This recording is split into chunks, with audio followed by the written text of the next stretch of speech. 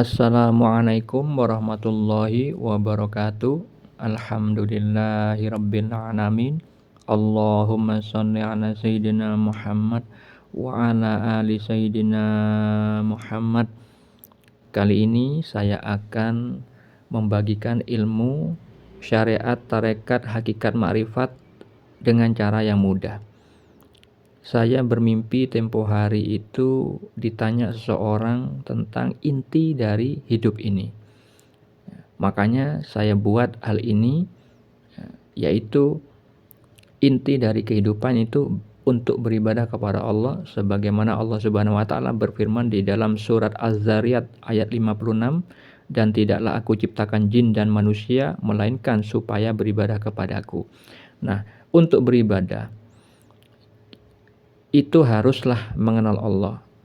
Kalau sudah mengenal Allah, itu berarti Allah akan memberitahukan pemahaman dengan cara yang benar dari sudut pandang Allah, bagaimana memahami ilmu syariat, ilmu peraturannya tentang bab yang halal, bab yang haram, dan juga bagaimana cara mengamalkan ilmu syariat itu di dalam kehidupan, dan hakikat atau tujuannya, inti dari mengamalkan itu untuk apa dan bagaimana ciri-ciri atau syarat agar dikatakan bahwa amalan tersebut sudah berhakikat, tidak keluar dari tujuan dari kita untuk beribadah. Lalu makrifat itu adalah kedudukannya, makom. Ya, kedudukan orang yang telah melakukan semua tahapan tersebut dari syariat, tarekat, dan berhakikat. Syariat itu adalah peraturan Allah, seperti halnya salah satu firman Allah di dalam surat Al-Jasiyah ayat 18, Allah menganjurkan agar kita mengikuti syariat untuk urusan agama, tidak boleh mengikuti orang yang tidak berpengetahuan. Tarekatnya, tarekat itu adalah tata cara pengamalan ilmu syariat, yaitu mengikuti Al-Quran dan As-Sunnah. Makanya kita dianjurkan untuk mengikuti Nabi Muhammad SAW, yang memang Allah utus untuk mengeluarkan manusia dari keadaan gelap gulita, dari kekafiran menuju cahaya terang benderang, yang itu Allah firmankan di dalam surat Ibrahim ayat 1. Jadi syariat itu adalah peraturan, ilmu tentang bab yang halal, bab yang haram, yang bersumber dari Al-Quran dan As-Sunnah, hadis-hadis Nabi. Tarekat itu adalah tata cara, kaidah mengamalkan ilmu syariat yang sudah dipahami dengan benar. Hakikat itu adalah inti dari ibadah. Jadi kita disebut berhakikat kalau kita di dalam mengamalkan ilmu syariat, di dalam mengamalkan di dalam kehidupan kita, itu tidak ada tujuan selain kepada Allah semata-mata, mencari keridhaan Allah, tidak mempersekutukan Allah, tidak berbuat syirik. Yang seringkali terjadi di masyarakat kita ini adalah syirik khafi, syirik yang samar. Nah, lalu makrifat itu adalah makom atau kedudukan, sebutan orang yang sudah menjalankan ilmu syariat dengan benar, lalu mengamalkannya dengan niat dan tata cara yang benar, dan juga berhakikat tidak mempersekutukan Allah di dalam peribadatannya, itu disebut orang yang ma'rifatullah, orang yang sudah mengenal Allah, mengenal ilmu syariatnya, mengenal tata cara atau tarekat, mentarekatkan atau mengamalkan ilmu syariatnya dengan benar, dan berhakikat orang yang tidak mempersekutukan Allah. Itu orang yang ma'rifatullah, disebut arif billah, orang yang telah mengenal Allah billah, karena rahmat Allah. Jadi orang arif billah itu adalah orang yang mengenal Allah dan menyadari bahwa itu adalah karunia, rahmat dari Allah Subhanahu wa taala, bukan dengan upaya dirinya sendiri. Sebagaimana Allah taala berfirman di dalam surah An-Nisa ayat 79, bahwa semua kebajikan yang kita peroleh adalah dari sisi Allah. Allah juga berfirman di dalam surah At-Takwir ayat 29, bahwa kita tidak mampu menempuh suatu jalan kalau tidak dikehendaki Tuhan semesta alam. Di dalam Sahih Muslim, kemampuan beramal kita itu sudah Allah tetapkan sebelum kita lahir, ketika kita masih berusia 4 bulan di dalam janin kandungan. Nah, untuk itu kita harus mengetahui bagaimana sih cara pengaplikasian syariat, tarekat, hakikat, makrifat itu di dalam berkehidupan. Saya berikan contoh yang mudah. Jadi syariat, tarekat, hakikat, makrifat itu sebenarnya bisa diaplikasikan untuk memudah pahamkan kita yang awam, orang-orang awam itu melalui segala sesuatu. Karena apa? Allah berfirman di dalam surat An-Nisa ayat 126. Kepunyaan Allah lah apa yang di langit dan apa yang di bumi, dan adalah pengetahuan Allah maha meliputi segala sesuatu.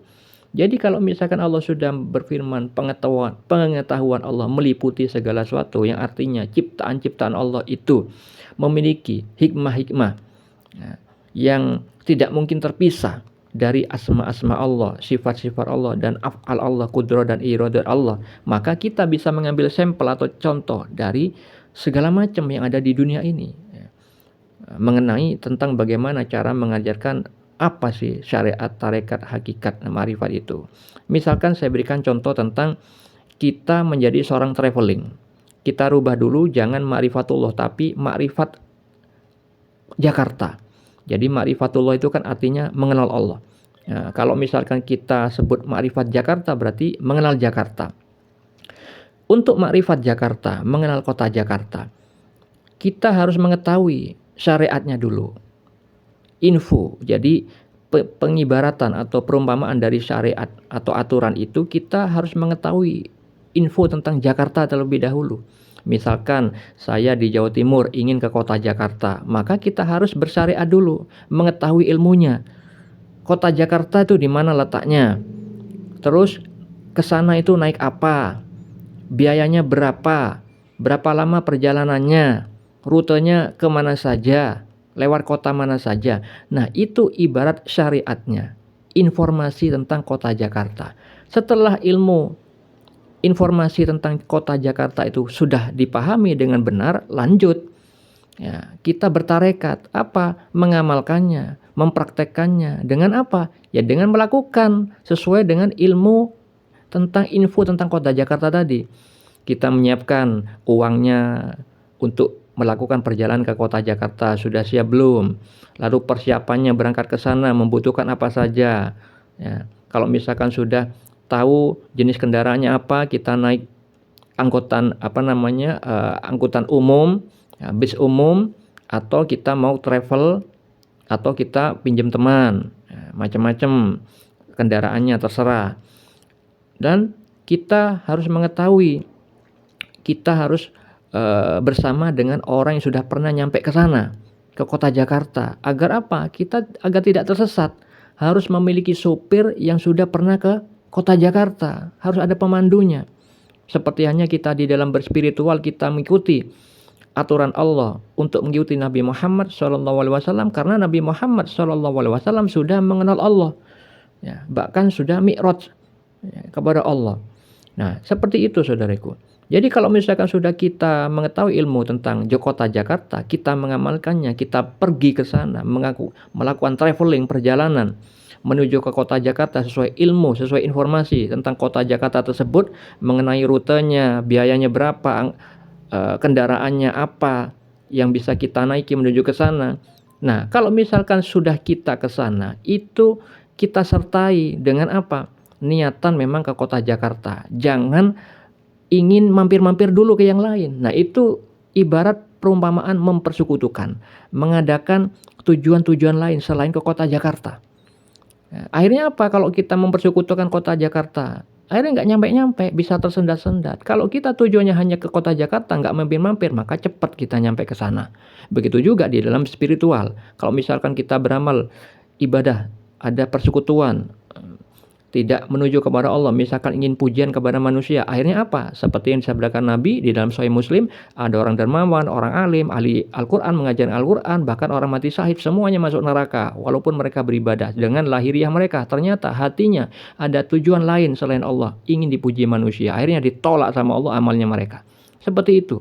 Nah, kalau misalkan kita sudah mengetahui ilmu tentang Jakarta, mengadakan traveling, tujuannya hanya ke kota Jakarta, maka kita sampai kepada kota Jakarta dengan aman. Nah, itu disebut kita makrifat Jakarta. Begitu juga kita kalau ingin makrifatullah harus mengikuti syariat, pemahaman dengan benar, bertarekat dengan benar, niat yang benar, tidak boleh mempersekutukan Allah, dan akhirnya kita mencapai pengenalan yang hakiki terhadap Allah. Itulah makrifatullah, inti hidup, yaitu beribadah kepada Allah tanpa mempersekutukannya. Semoga bermanfaat. Assalamualaikum warahmatullahi wabarakatuh.